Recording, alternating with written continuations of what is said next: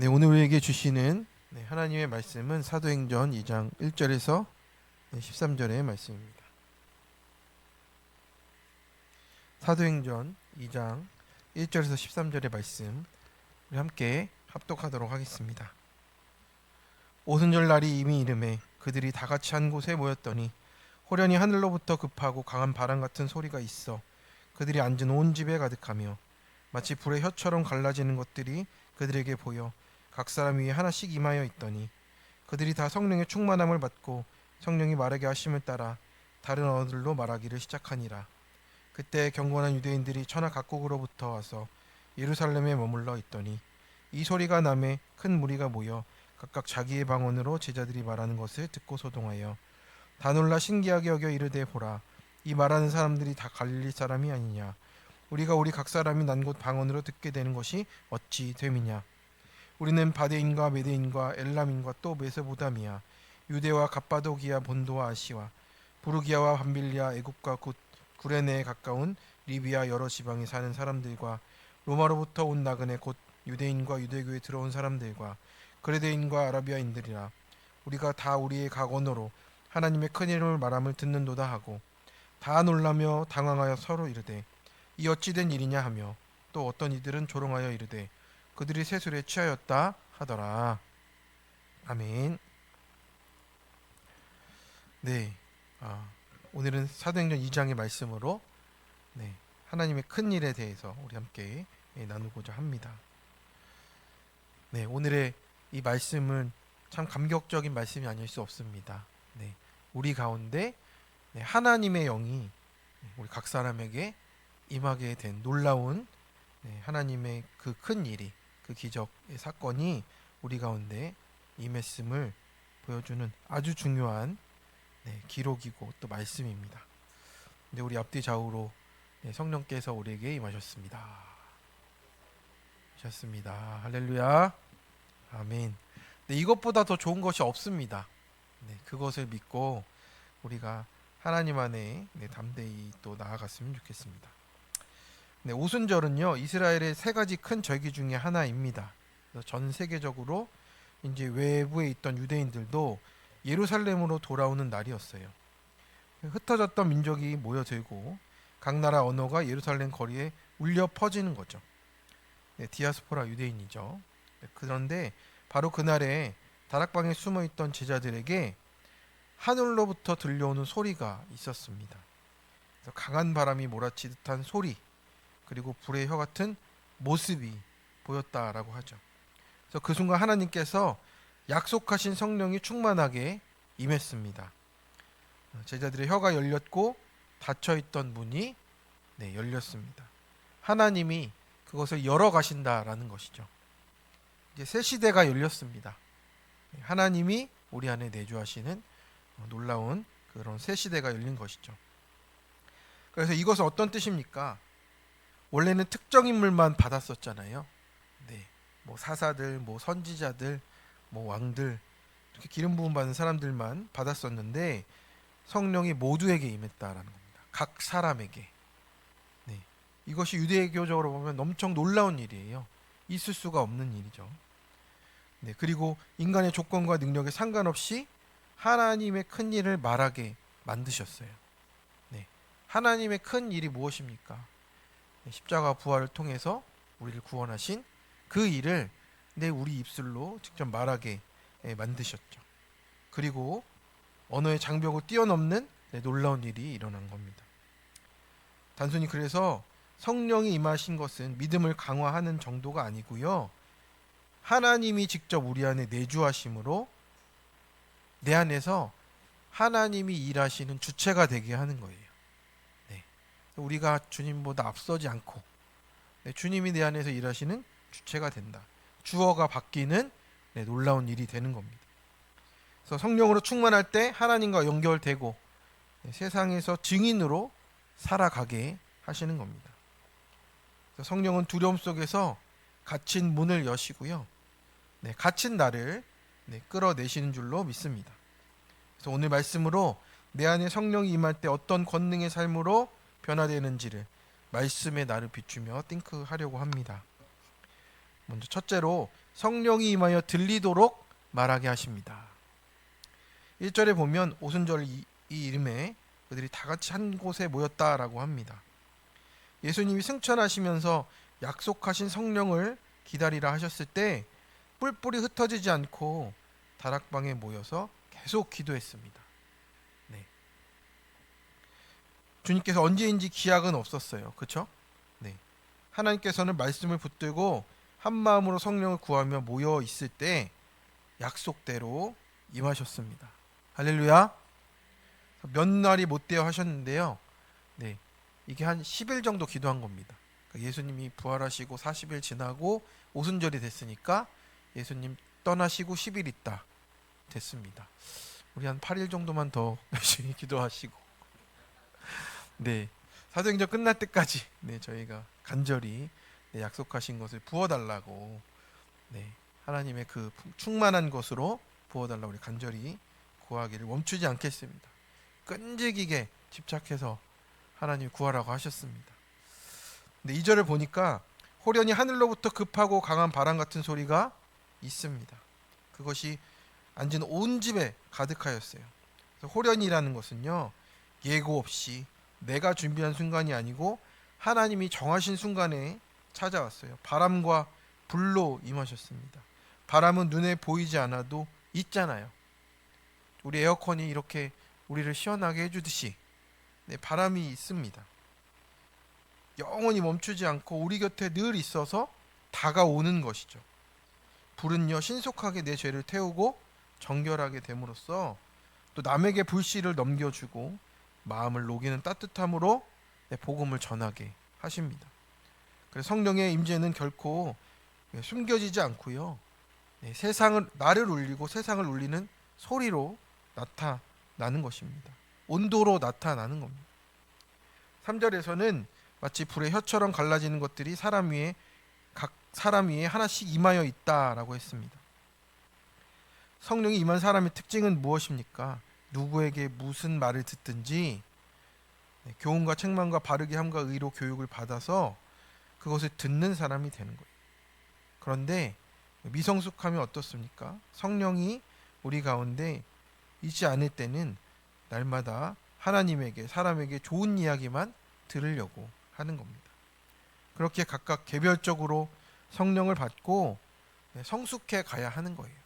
자기의 위치에서 성숙해 가는 겁니다. 또한 공동체적으로도 충만함을 받아야 합니다.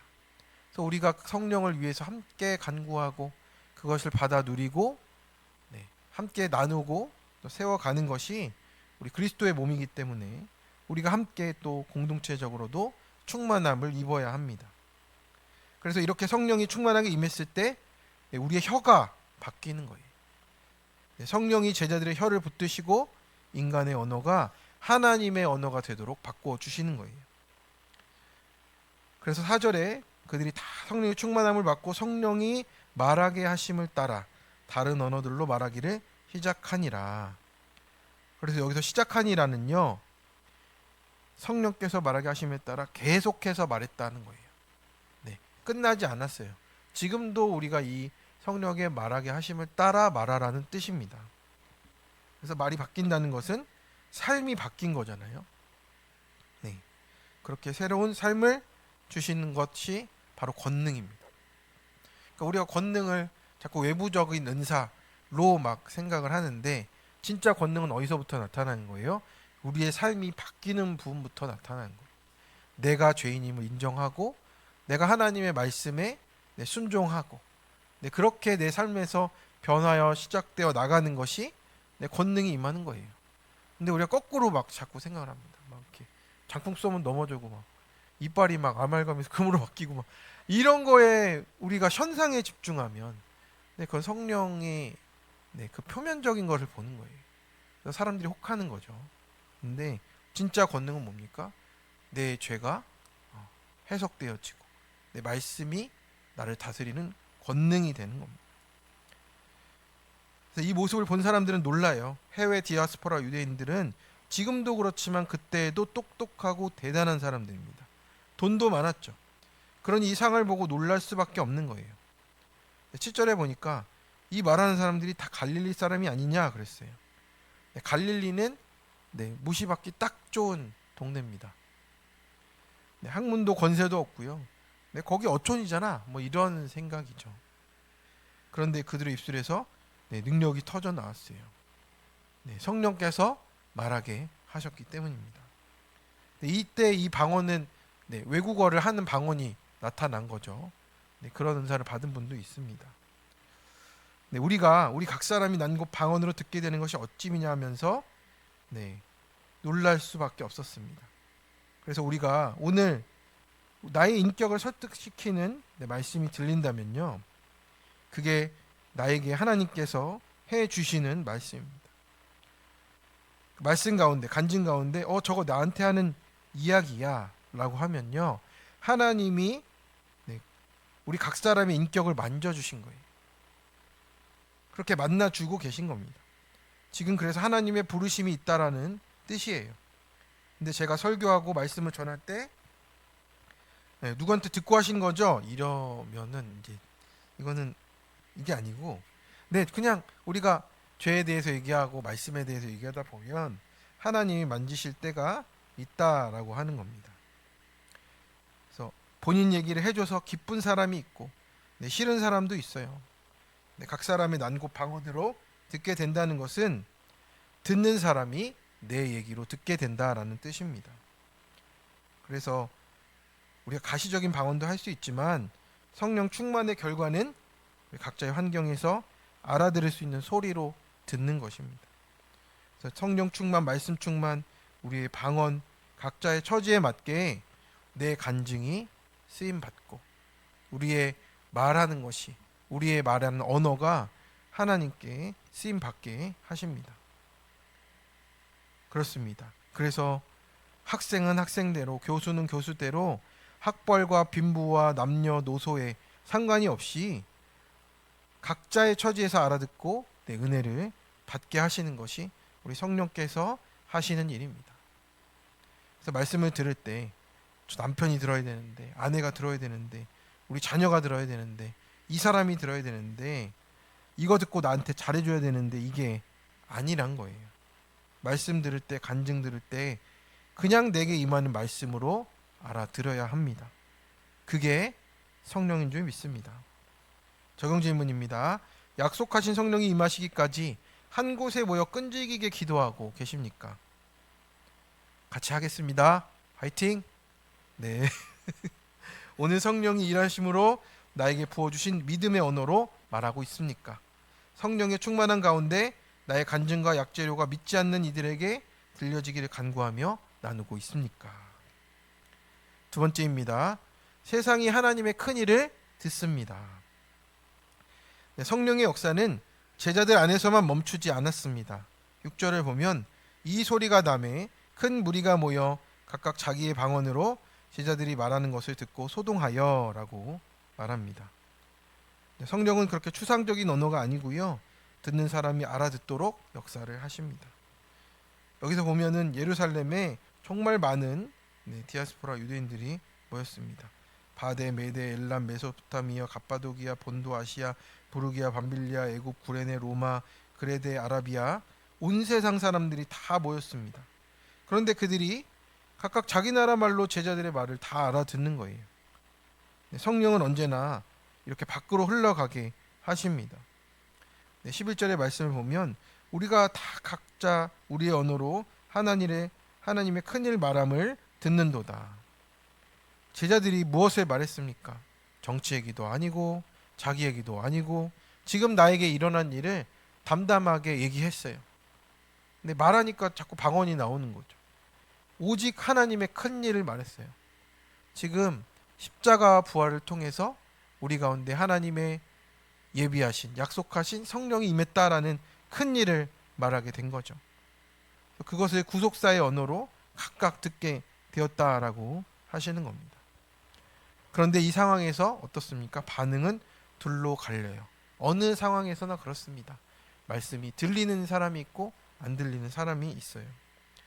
그래서 어떤 이들은 놀라며 어찌된 일이냐 하며 하나님을 찾고, 13절에서는 어떤 이들은 세술에 취하였다 하면서 조롱합니다. 이렇게 똑같은 상황에서 내가 어떤 언어를 쓰고 표정을 짓는가에 따라 우리의 삶이 달라지고 세상이 달라지는 겁니다. 그래서 우리는 그리스도의 이 비밀을, 하나님의 큰 일을 보여야 되는 부르심이 있는 거예요. 책임이 있는 겁니다. 예수님을 죽인 유대인들도 더러는 이제 악하다고 했잖아요. 우리는 말할 것도 없지 않겠습니까? 우리가 누구에게 손가락질 할 수 있는 사람이 아니라는 겁니다.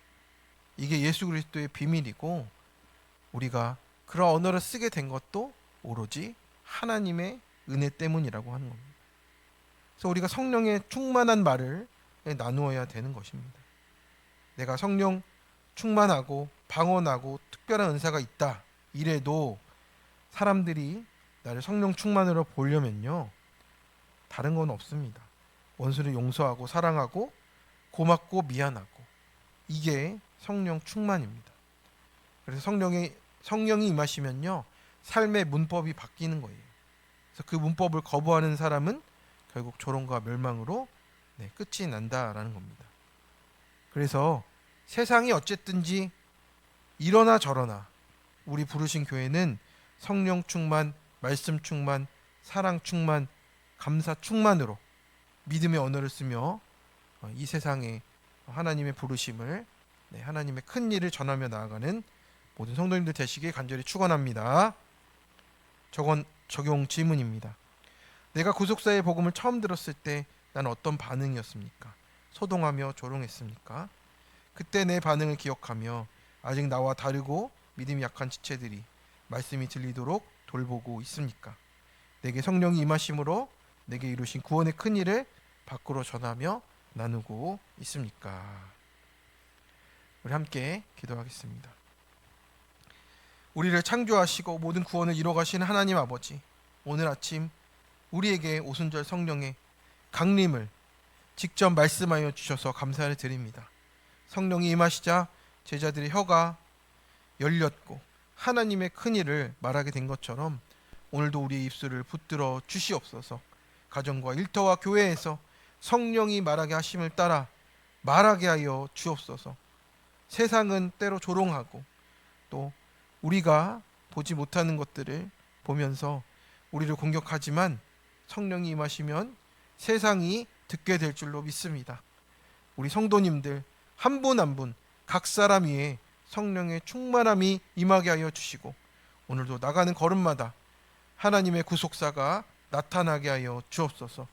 가정에는 위로가, 일터에는 지혜가, 마음에는 담대함이 넘쳐나게 하여 주시고, 오늘 하루가 성령께서 친히 동행하시는 복된 하루 되게 하여 주옵소서. 적용으로 승리하게 하여 주옵소서. 이 모든 말씀 우리의 모든 생명과 능력이 되시는 우리 주 예수 그리스도의 이름으로 간절히 기도드립니다. 아멘.